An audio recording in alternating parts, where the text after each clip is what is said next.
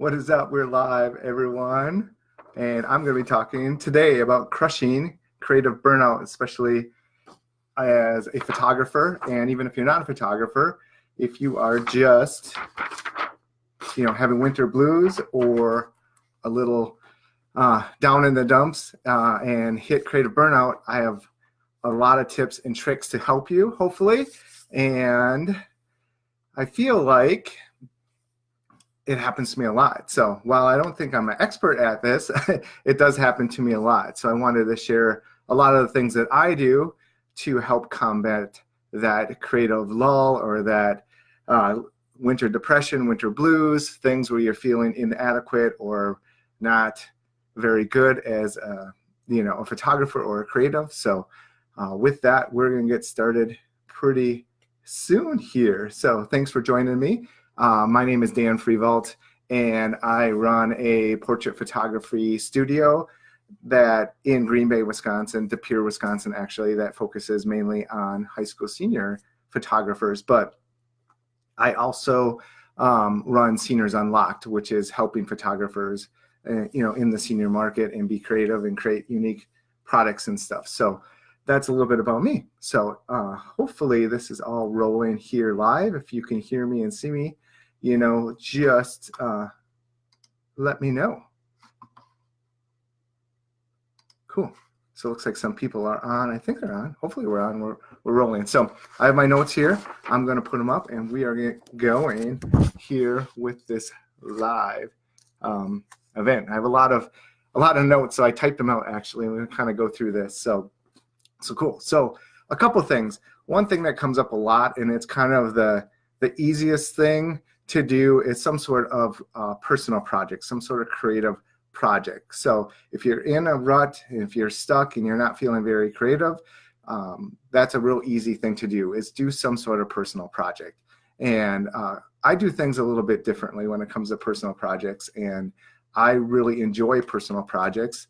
And I just finished with a personal project because I was in that space where I wasn't feeling very creative. It was minus 50 degrees Fahrenheit a couple weeks ago, and then we had 12 inches of snow just yesterday.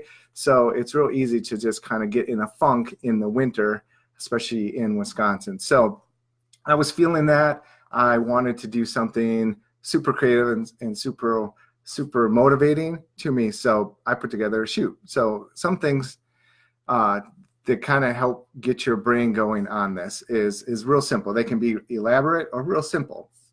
So basically, when I do a shoot, or if you're looking to do some sort of shoot, is just try and do something different than you normally do. So if you're like me and photograph a bunch of high school seniors, well, then maybe you want to shoot something, or you definitely want to shoot something completely different.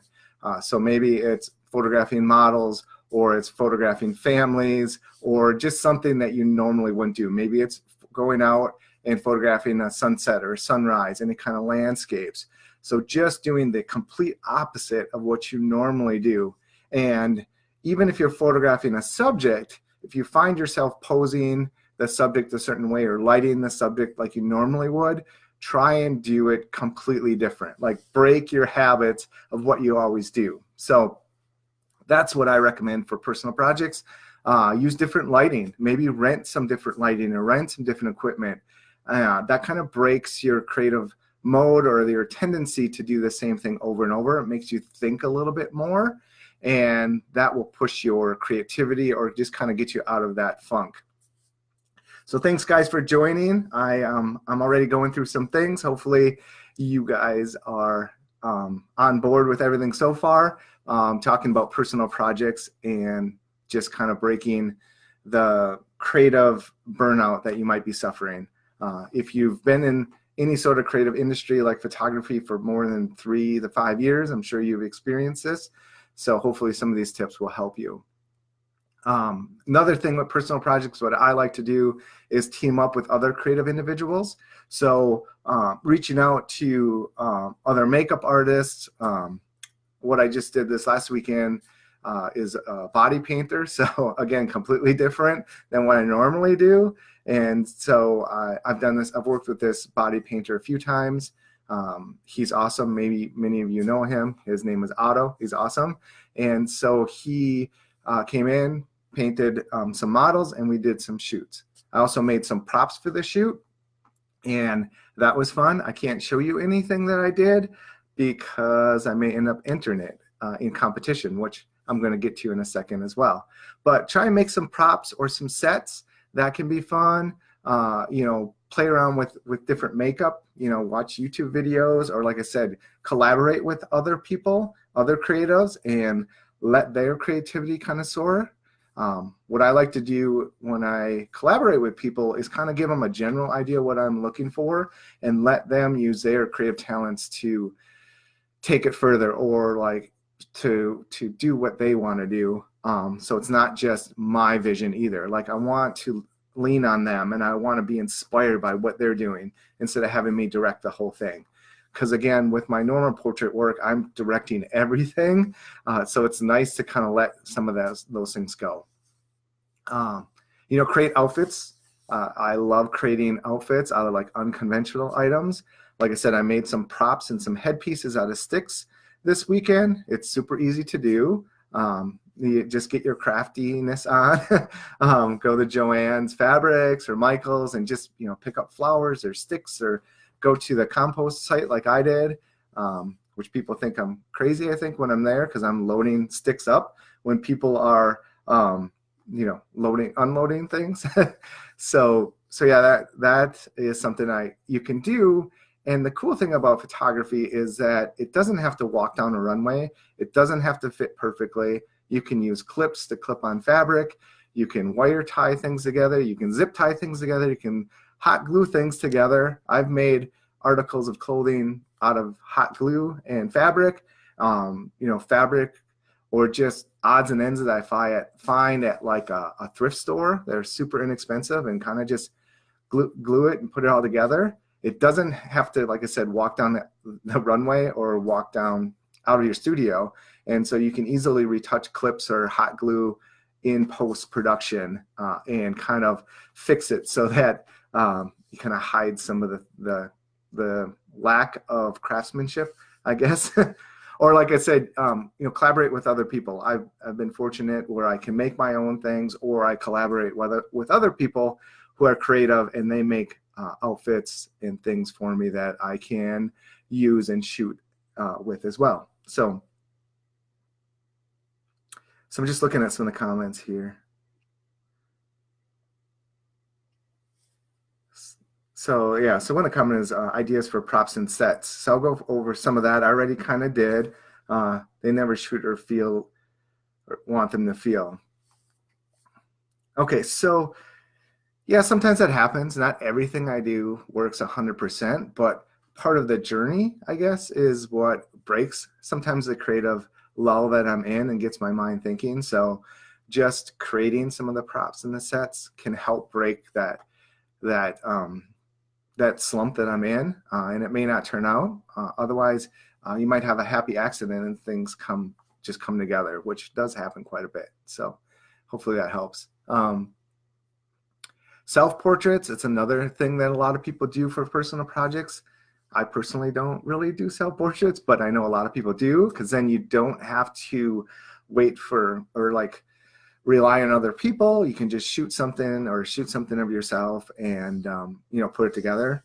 I actually keep saying every year I'm going to work on some self-portraits for super creative artistic stuff. Like it won't even look like me when it's done. But then I end up never really doing it. So it's just, to me, I find the joy in photographing other people. So that's something you can do. Again, low cost, or something that you can do real easily is just do like a 365 project. I know that is can be time consuming, but I notice a lot of people will do it just like on their iPhone. So it really helps to just like every day, like start your morning or make it a commitment that you're going to take a photo every day for a year.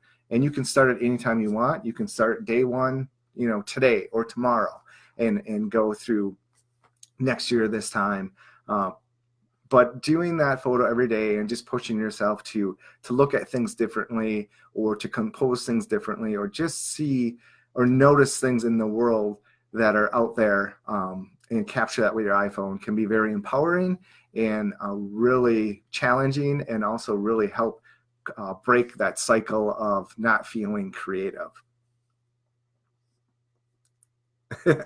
Yeah, Michael Mulberry says, last 3 self-portraits didn't merit. Beginning to think it's the subject, not the quality of the image. That's probably why I do not do self-portraits of myself either. So yeah, that you put yourself out there, that can be heartbreaking as well. So yeah, I thought, Michael, one of your images did merit that. Maybe it did. Okay. So personal projects. I could talk forever on personal projects, but I have a lot of different things as well. And that's kind of the obvious thing, is some sort of personal project to do. I know when I started in photography, I did tons of personal projects because I really pushed myself to learn photography in that manner, because I wasn't worried about dealing with a paying client. Like, I could just collaborate. Finding models is easy. Finding makeup artists sometimes is easy, but if you just throw out a call on social media, you're looking for creative individuals to collaborate with, a lot of people will like join up with you and want to be able to be a part of that. And it's all free. Like, we all trade our time for that. So it doesn't cost anything. So what about here, a couple other things you can do. So challenge yourself with different types of art. So this summer, I was feeling really burnt out, and I went on an art walk. So like, that's another thing you can do, is just, surround yourself with art, or go to a museum and see art, be inspired by art. But I went on an art walk, and I had seen this artist do what's called these abstract paintings, and I asked her about the abstracts, because I thought it was really cool. And I always feel like I think somewhat in an abstract nature. And she said it's the medium is like cold wax. So I was really intrigued, and she showed me the cold wax. And of course, I got back that night and was like Googling and learning everything I could about like this cold wax process, and I got hooked on it, and it was really cool. So I can show you one of my cold wax images here. So this is a cold wax piece, and it's really cool because I love texture, and I love just abstract things. And I don't know if you could see the texture on here, if I get the light just right, but yeah, it's really cool. And you can put it on really thick. You do layers.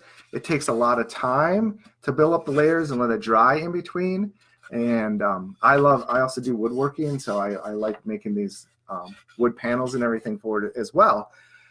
But what I found by doing this abstract paintings is again, everything I do in my business is so like regimented, and like posing and scripting and going here at a certain time and doing this, and clothing and outfits and all that stuff. It was good just to relax and just not think about things. It was almost like meditation. So I was able to just like slap wax on without thinking, and just kind of let things evolve kind of organically.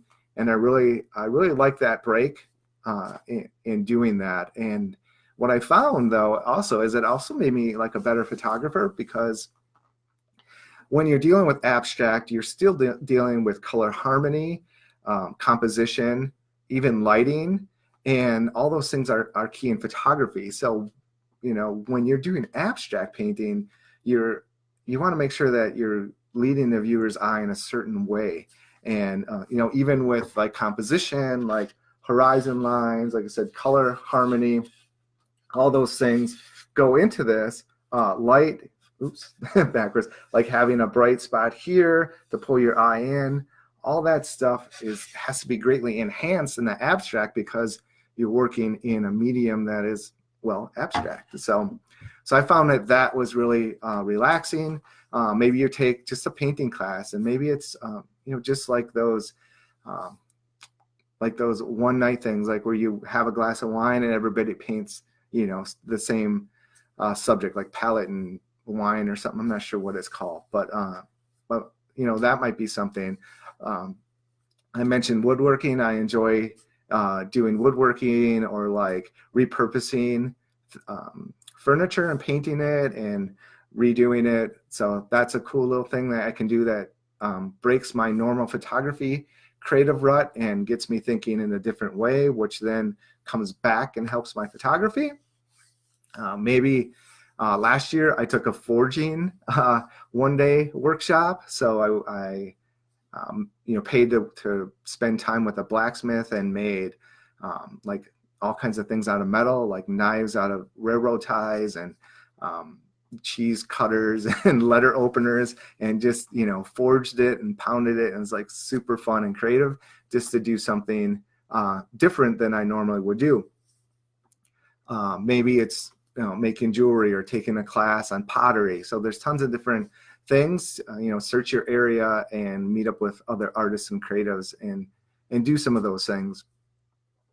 It does take time, but what I learned is, even with the personal projects, like taking that time, maybe you don't have the time at the time when you want to do it. Like this summer, I didn't have time to mess with cold wax, but what I found was once I did the cold wax, it made me much more efficient because I was excited to get back in and create things. So it really helped in the long run, taking that little extra time to do it.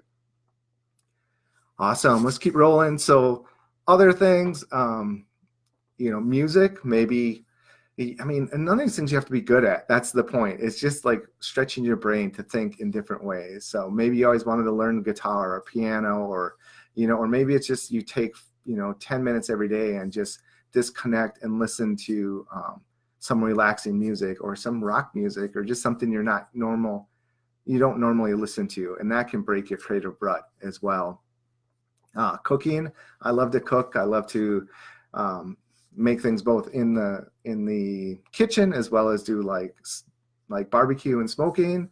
So I find that super creative, is to experiment with different things and create different meals. That really pushes me creatively.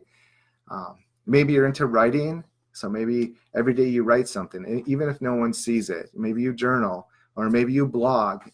Again, it doesn't have to be things that people always see. It could just be something that you do for yourself. Reading, I have a hard time reading, hard time focusing because my mind is so active, but I found a couple things that help. So Audible, listening to the Audible books help. I just found a new app. It's called Blinkist, and it's basically books in 15 minutes. So it's really cool. It's like the Cliff Notes of books.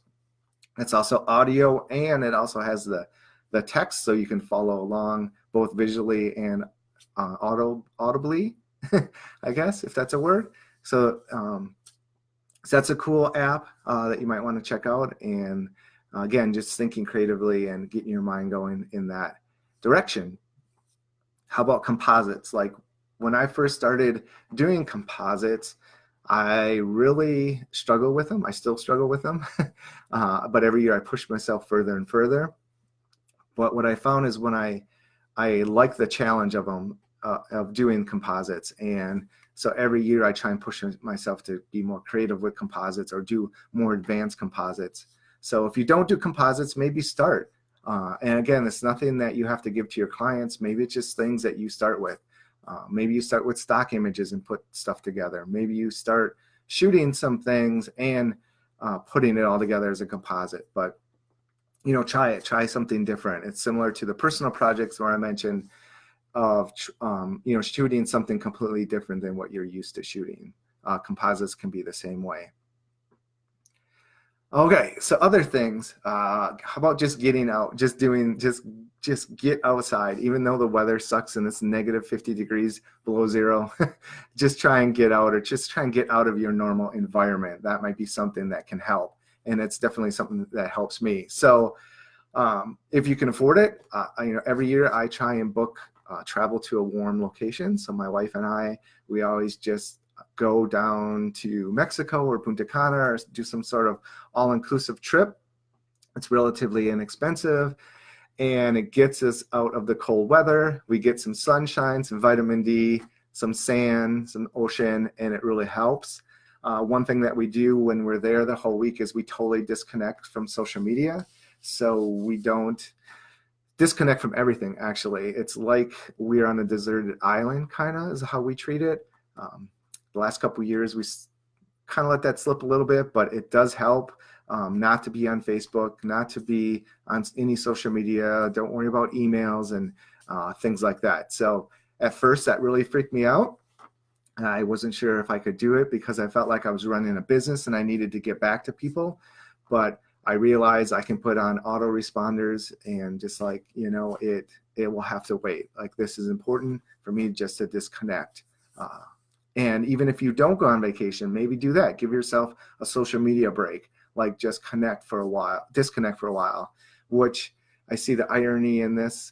I'm doing a Facebook Live and telling you to maybe disconnect from social media. So, but, just get away, like just disconnect for a while, or set certain parameters. Like, okay, I started doing this as well. It's like, I'm trying not to check social media after like 9 p.m. So that's kind of 9 p.m.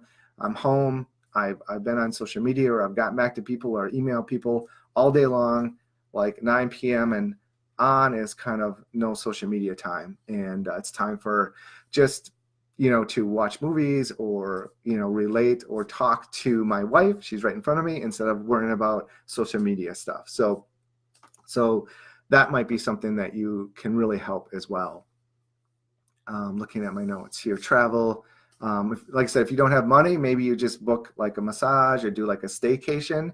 Maybe it's just you get a hotel room in your like a nice hotel room in your own area, or like an hour away from your hometown. And again, just disconnect, read a book, listen to music, watch movies, just kind of be in a different environment. And that's like your little travel vacation and time away. Go to the gym. I started doing yoga a couple years ago, and I'm like, I wasn't sure about it and what it would do, but I really enjoyed it, and I need to start doing it again, because it does just kind of focus your mind on other things, because my mind is so active and all over the place, and it just kind of just like helps you center and focus yourself a little bit more, and just start the day off with like a positive vibe. So maybe it's yoga, maybe it's just running on the treadmill, just doing some sort of exercise just to get the blood pumping, which ultimately helps not only for your health, but also for your mental health as well, and getting out of that rut. Date night, that's another thing that my wife and I started a few years ago. I realized I was working all the time, and really let our relationship suffer. So we started doing like mandatory date night, like every week. And sometimes it's going out. Sometimes it's just like, okay, I'm going to be home at 6 o'clock and we're going to watch a movie or cook a meal and be together, have a glass of wine, and again, disconnect. Or maybe it's movies. It doesn't have to be anything over the top, bowling, anything. Just kind of spending time with your spouse. They will thank you for it, and you both will be much happier, and be more creative and breaking that rut, just spending time with the people that are closest to you. Because it's real easy to do is to compare yourself with other people too, and go down that spiral. So I do it all the time. It's easy to do, but you're always comparing yourself. We're always trying, like, I wish I was better. Those doubts always creep in. But the more time you spend with someone that you love and then cares about you, like, those things are what really matter, not awards or if someone's better or anything like that. So keep that in mind as well. Don't, social media too, like sometimes the trolls can get you down, or comparing yourself can get you down. And basically I put this quote in here from Steve Jobs, and he says, let's go invent tomorrow rather than worrying about what happened today. So I try and tell myself that too, because it's very easy for me to get caught up on what people say about me, or if they purchase a product and they're not happy. Like, I always want to make everyone happy, and that isn't always true, or that doesn't always happen. Or sometimes people just want to troll on me, and that I used to take that really personal, and sometimes I still take it personal. But I've learned that, that person isn't important to me if they are just being rude to me. Like, they're just being a troll. So I just need to look past that. and not worry about it. So cool. Thank you guys for joining in. I'm not sure how long we're in, but I'm going through tons of information. It looks like we're about 25 minutes in. So hopefully you're enjoying it and taking some notes. I'll probably post these notes somewhere as well to kind of help you remember them and take action with them, because that's what's key. So what about networking? So networking is something that I also do that really helps me. So I like to hang out with other professionals that aren't necessarily in photography. Some of the art that I'm doing, both abstract art and digital art, I've been showing in art galleries and submitting to art galleries. And that's been really unique and different and challenging. And just hanging around with artists, not in the photography world, is really cool, because they look at things, completely different. And it's, I kind of started in the art world and the graphic design world, and I got into the technicalness of photography. And so I'm kind of coming back to the art world and trying to break some of those hardcore photography technology or technical issues, and like break the rules a little bit and do things a little bit different and a little bit more foo-foo artist wise. And so hanging around those people, helps me to do that as well. I know I already mentioned hanging around with or doing like group shoots or other individuals, makeup artists, things like that. You can do it in a shoot, or maybe you just host something at your studio, or do a meetup at a coffee shop or something, where you all get together and just kind of talk things and discuss about things. And, it just opens your world up to so many different things that, I wouldn't ever be exposed to, and different points of views and different artists that I had no idea they existed. And like looking at other people's work as in the art world has done that for me and helped me break the burnout slump. Another thing you can do is like, maybe you volunteer, or you do a mission trip, or do something good for your community. That can really help to make you appreciate, it makes me appreciate when I do those things, just how many things I have and how blessed that I am. So that really helps when I do things like that. And it's very, rewarding, both for the people that you're doing it for, and like kind of selfishly myself as well. Church groups, maybe you do an Oasis group or a church group where you meet up with, again, people that aren't in photography and aren't in art, and just, be around those people who have different points of views on things, and help you become a better person and make you realize, just how blessed that you are, so that you aren't feeling such a loser, so yeah.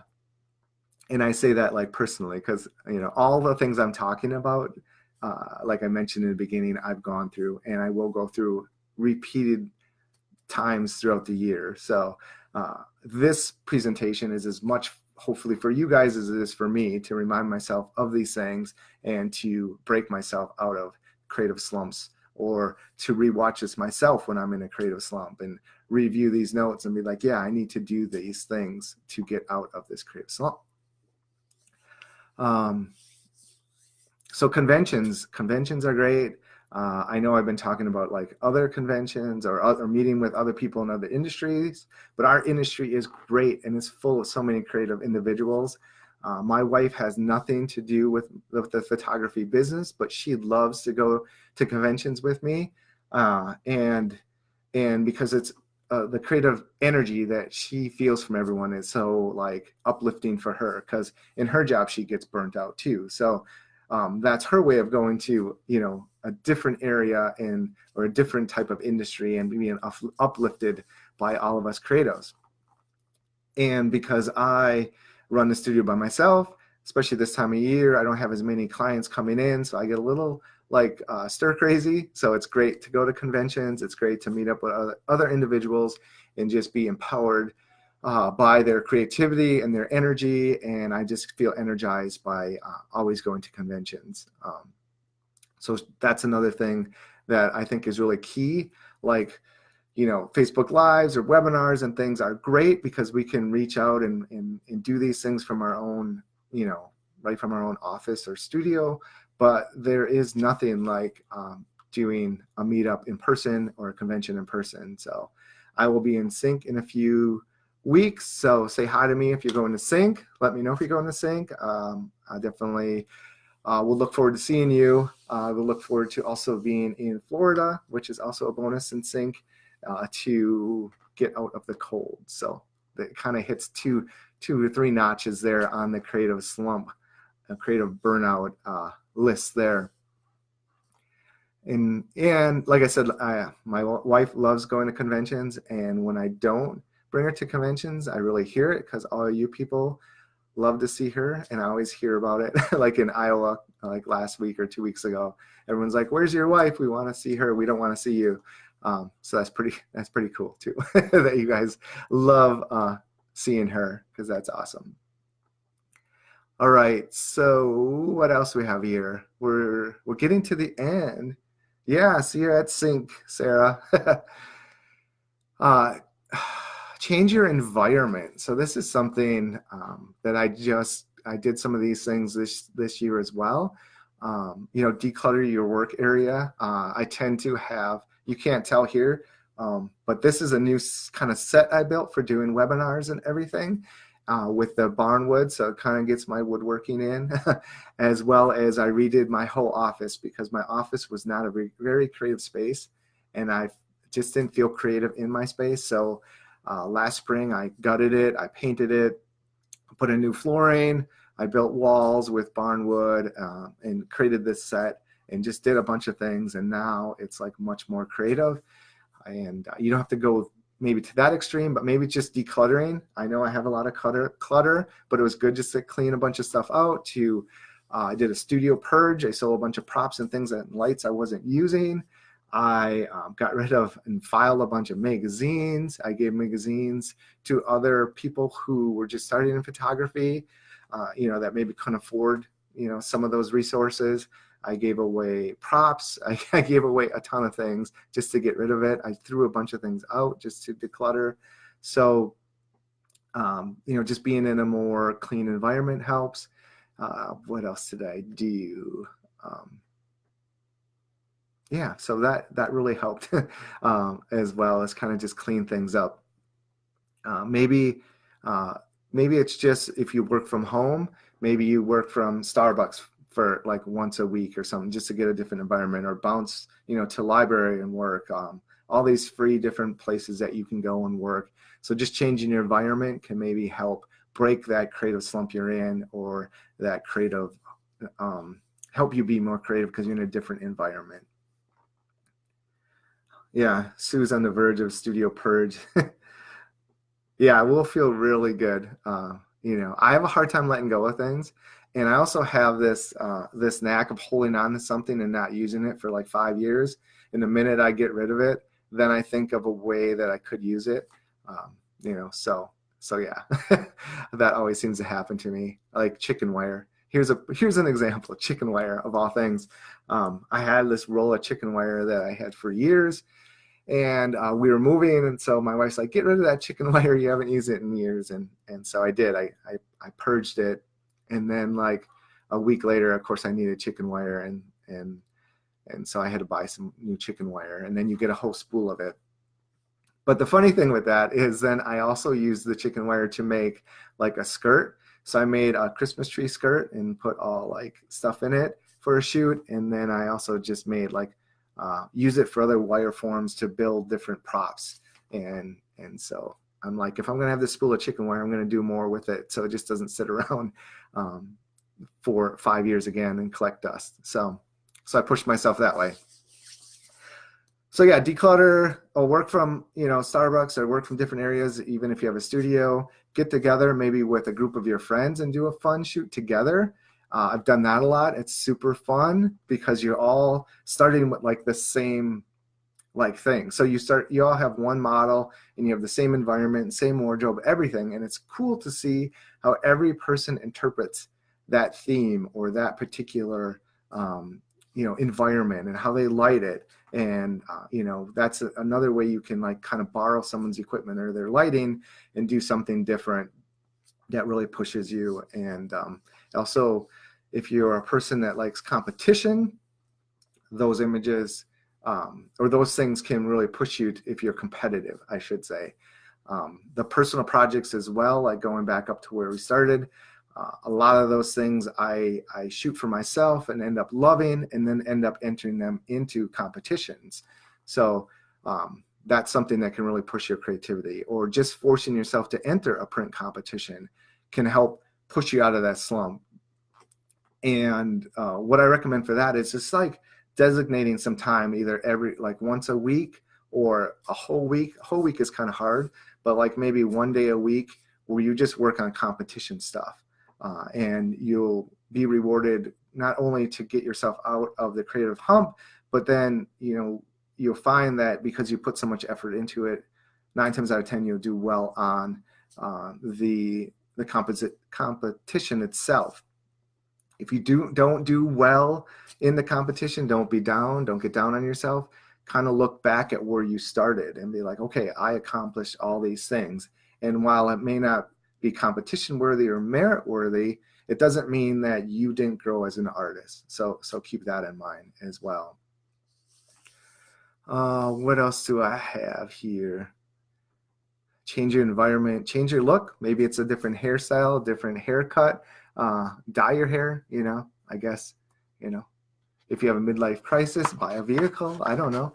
So it's certain things like that. So turn in a page of notes here. Hopefully you guys are enjoying this and getting some good tips from all this. Go shopping. That's what my wife calls retail therapy. So maybe that's something I kind of just joked about buying a vehicle or something, but maybe it's the simple things. Maybe it's just going and, trying on different clothes and buying little things, or just, going shopping for the day and feeling good just to spend money on yourself. That can help as well. So what about goals? We're just finishing up here. This is kind of the last couple of segments, but goals. Now, goals are a crazy thing, and everyone says set goals, the new year, set goals. We're in February now, a couple months into, the new year, and maybe you feel like let down because maybe you set goals and you're not accomplishing them or whatever. But here's my tips and my thoughts on goals that can really help get you out of slumps. Number one is write them down. It sounds silly, it sounds crazy, but I think the saying goes, if you just think them, they're not really goals, they're just thoughts. But the minute you write them down and put pen to paper, they will happen. And then you're kind of forced to make them happen because you made that commitment to actually putting pen to paper. And it is true. Like, maybe you set some short-term goals that you can accomplish today. As simple as, like I said, decluttering your office. Maybe it's just like going through and just kind of organizing your piles or trashing some things that are just garbage that's laying around. Maybe it's 1 year goals, 6 months goals, 5-year goals. Write them down, post them, on your wall, put them up somewhere where you look at them every day. And the odds of those coming true will greatly increase if you do that. I talked about scheduling time for, personal projects or for competition prints. Same thing with goals, like schedule time each week to achieve those goals, or once every 2 weeks, and just like schedule it, put it right in your calendar, just as if it's a session. These things are very important, and you may not feel like you have time, but put it in there and dedicate that time, disconnect from everything and focus on those goals. And maybe it's getting more business, which can be depressing as well. I've been talking about creative slumps, but that doesn't mean that you don't get in a business slump and feel like, well, what can I do to get more business? Doing these creative projects can help. Entering print competition can be great for marketing, which can help then bring you more business. So all those things just kind of start to snowball after a while and greatly increase your success rate. How about this? So this is something I read a while back, and it's pretty cool. And so it's like start each morning, with a positive start. So it might be, just as simple as reading something positive. I try and do like the Bible app and read some Bible verses It might be some sort of mantras that you read every day, but just start your day off positive. Again, sometimes I do yoga, so that is kind of a positive, uplifting thing. Because every morning I was getting up, I'm like, I need to get this done, I need to get this done, and I'm like, got all these things, all these lists in my head that I have to get accomplished, and you just start off stressed right off the bat. Or you pull up your email and you see all these things and you get stressed, and that's not a good way to start the day. So starting, just taking 5 minutes, 10 minutes, half an hour, just starting your day in a positive note will have a lasting effect throughout your whole day. So that's really, really cool. What you also can do is, start your day by writing down 3 things that you're grateful for. Maybe it's the same 3 things every day of the week, but there's, again, certain affirmation in writing those things down. So it's like, have a journal and just like every day write down, these are the three things that I'm like super grateful or blessed, every morning. And that just is a positive vibe. Then at the end of the day, kind of do something similar, where then you write down like 3 things that you're grateful for, or things that you're happy that you completed during the day. And maybe it's just like, well, I didn't complete anything today, but I'm happy to be alive. Or I'm just happy that I'm going to start tomorrow with those 3 things. So again, try not to get down on yourself if you didn't get something completed. There's an inspirational speaker who was, I don't remember his name, but he was in the military, and his kind of speech, maybe you've seen it, is where he talks about making your bed every day. And his point was, in the military, you had to make your bed, and it was about being perfection, and you could bounce a quarter off of it and all that kind of stuff. And the main point of the whole speech was, at least if you didn't get anything accomplished all day, you can look at your bed at night and said, I accomplished something because I made my bed. So it's the little things. It doesn't, I think I personally do this a lot, is I always think big things, like I need to accomplish big things. But it's the little things, and it's the little things that add up that really make a difference. So, think of the 3 like little things that you accomplished during the day, and those words of affirmation will really help as well, get you out of those creative slumps, or just a slump in general. What else here? Because basically, getting things done feels good. So yeah, keep that in mind.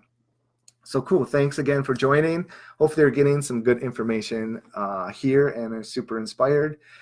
I'm just going to end with like a disclaimer with all of this, because I've been like maybe talking pretty deep here, less about photography and more about like, your like creative mental status. But I'm not a therapist. I'm just giving you tips and tricks that have helped me, because again, like I mentioned, like I go through this a lot. I really get in a creative slump, or I really get down and just feel like my work isn't any good, or I'm just doing the same thing over and over again.